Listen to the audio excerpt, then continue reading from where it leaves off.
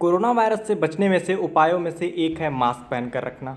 और सबसे ज़्यादा चर्चा जिस मास्क की होती है उसे कहते हैं N95 मास्क। आपने भी इसके बारे में काफ़ी सुना होगा।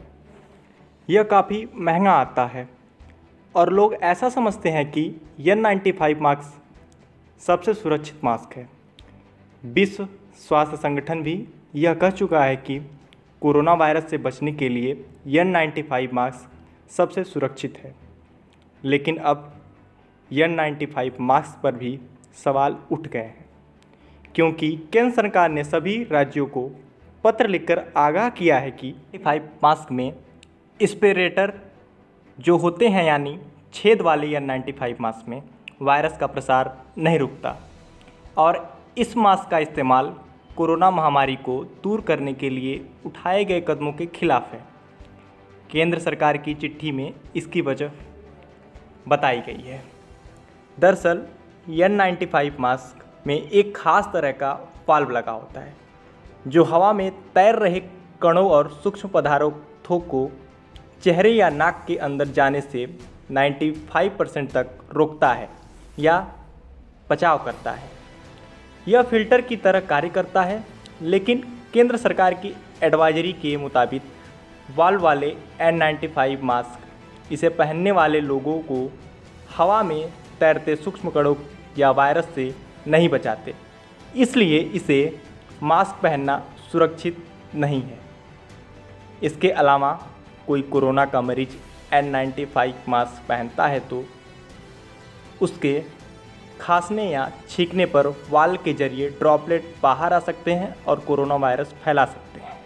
N95 मास्क को लेकर जो रेस्पिरेटरी वॉल्व के साथ जो उसमें ऐसा क्या हो गया सर, क्योंकि कई दिनों से शुरू से ये इस्तेमाल हो रहा है, क्या आधार था आप लोगों के ये कहने का कि उसको इस्तेमाल नहीं किया जाए, उसमें क्या खराबी है? और दूसरा, वेस्ट बंगाल के चीफ सेक्रेटरी ने कल कहा है, शायद केरल से भी ये बात आई कि उनके राज्य में कुछ इलाकों में कम्युनिटी ट्रांसमिशन शुरू हुआ है, उसके बारे में कोई जानकारी? पहले मास्क जिनमें वाल्व होते हैं, ये एक रैपिडली डेवलपिंग सिनेरियो है, जैसा आप जानते हैं। जैसे पहले ये कहा जा रहा था कि जो कोविड का ट्रांसमिशन है वो ड्रॉपलेट आधारित ट्रांसमिशन है। उसके बाद साइंस ने कुछ और स्टडीज़ की और ये कहा गया कि अगर आप इनक्लोज्ड स्पेसेस में हैं, बंद कमरों में हैं, वर्क प्लेसेस में हैं, तो इस बात की संभावना है कि जो छोटे ड्रॉपलेट हैं वो हवा में देर तक सस्पेंड रह सकते हैं और एयरबोर्न इन्फेक्शन भी हो सकता है। WHO ने भी ये कहा कि हम इस चीज़ को मान रहे हैं, लेकिन हम और एविडेंस का भी इंतज़ार कर रहे हैं। तो उसी प्रकार स्वास्थ्य मंत्रालय भी जिस तरह से साइंटिफिक एविडेंस आते हैं उसके आधार पर अपने गाइडलाइंस निर्गत करता है।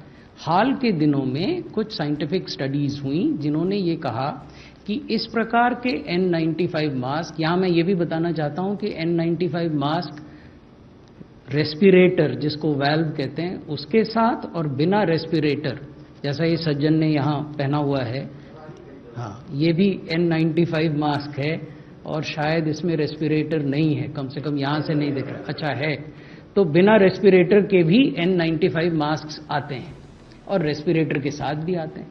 तो जो एविडेंस आ रहा है वो ये कहता है कि जब आप वाल्व वाला मास्क पहनते हैं तो आप स्वयं तो सुरक्षित हैं, लेकिन जो आप एक्सहेल कर रहे हैं, if you are a asymptomatic person, then the propensity of that infecting others is there. This is a evolving situation. अगर कुछ और तथ्य हमारे सामने आएंगे और हमें ये आवश्यकता लगेगी कि इसमें कुछ संशोधन करने की ज़रूरत है तो हम करेंगे। वर्तमान स्थिति यही है जो हमने अपनी गाइडलाइंस में बताई है। तो ये तो केंद्र सरकार के द्वारा जो चिट्ठी जारी की गई है वो आप लोग के सामने है। इसमें N95 मास्क के बारे में बताया गया है कि कितना ही अच्छा है या फिर बुरा, इसको आप लोग खुद ही समझ सकते हैं। आप लोग के सामने ये N95 मास्क है जिसमें आप लोग वाल्व को देख पा रहे होंगे। यही वो वाल्व है जिसके बारे में केंद्र सरकार की एडवाइजरी में बताया गया है। और ये भी N95 मास्क ही है, लेकिन इसमें कहीं भी वाल्व नहीं लगा है। इसलिए केंद्र सरकार की एडवाइजरी के माध्यम से यह सेफ माना जा सकता है और आप लोग इसको लगा सकते हैं। कोरोना जैसी महामारी से बचने के लिए सबसे अच्छा उपाय यह है कि अगर आपके पास कोई कॉटन कपड़ा या फिर रुमाल या गमछा जिसको बोलते हैं अगर आपके पास हो तो आप उसको बांध सकते हैं और उससे आप लोग कोरोना महामारी से बच सकते हैं। धन्यवाद।